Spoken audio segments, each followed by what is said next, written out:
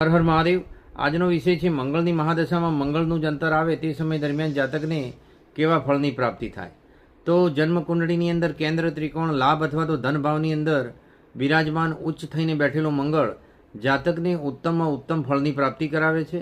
ઉચ્ચ અધિકારીઓથી સંપર્કો સારા કરાવે છે, સ્થાવર મિલકતમાં વધારો કરે છે અને જાતકને આર્થિક સુખાકારીમાં ખૂબ જ વધારો થતો હોય છે।